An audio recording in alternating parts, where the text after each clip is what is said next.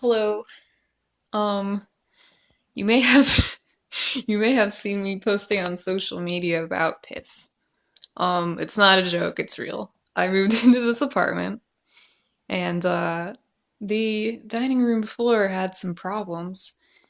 So, I'm gonna walk through what I've been doing to make it a bit more livable in here. So, first let me describe the issue. Um, Not pointing fingers or anything, but a previous tenant has had some kitty cats and had a dog, and the dog was what you call like a submission pisser. So there was a lot of pee on the floor that happened over the course of a couple years.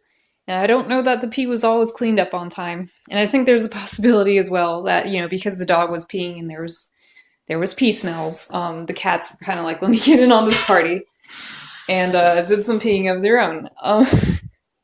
So when we came in, the floor had been buffed or whatever. It was fine, and it didn't. The place smelled strange, but not anything that I thought would stay after like some cleaning was done. But as time went on and the temperature has been kind of up and down, the floor started to really stink, and I thought I was crazy because I have a very sharp sense of smell. But I had some friends come into the house and I made them stand like right here, and I was like, "What does that smell like?" And they were like, "Oh, it smells like piss." So I was like, "Okay, I'm not crazy then." Um, so there are a couple different things you can find if you go on the internet about solutions you can try. Um, Many places suggested, or sorry, the first thing that comes up, I should say, is this kind of cleaner, which is fine, but it's a little bit more for short-term damage than it is for long-term damage. So the problem with hardwood floors is that when the pee soaks in, it's pretty and dries, it's pretty immutable. So you add that to a couple of years or something, or at least not having been cleaned for a couple of years, you're gonna get a weird and awful situation where to clean the floor, whatever you use has got to soak into the fibers, so you have to leave it on. You run the risk of ruining your floor. So to those watching at home, I'm not going to say don't do this if you're in this situation, but clear with your landlord, or just be aware that like it may create some problems, I guess. It may create some problems. So one thing you can do, pee is basically a form of ammonia. What cancels out ammonia? Why, that would be bleach. The problem with that is you could gas yourself if you're not careful because it creates chlorine. I didn't want to go that route because the only way out of this room is this window as far as ventilation goes, and there's an AC unit in there, and there's no screen right now. Uh, so I'm thinking, okay, that's not an easy short-term solution. What else? You ask, can you find that's a solution? Just vinegar and baking soda. Again, this is a technique that's a little bit better if it has literally just happened and not so much the long term, but here's what I've been doing. You throw the baking soda down onto the floor.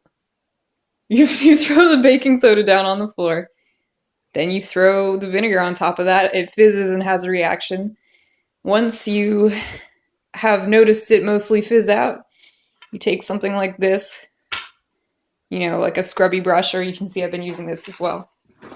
But that gets a little difficult on the old hands and knees. And you scrub it into the wood.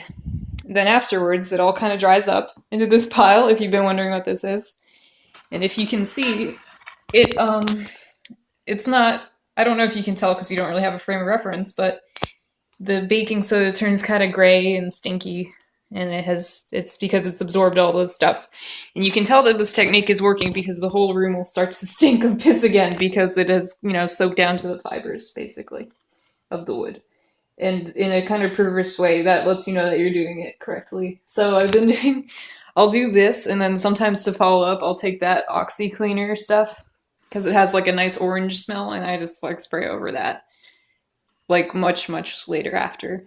I don't suggest it. I don't know what kind of chemical interaction that would have with this, but I just make sure not to be in the room just like breathing it like, yeah. So if you were like wondering if I was making some kind of joke, no, I'm not making some kind of joke.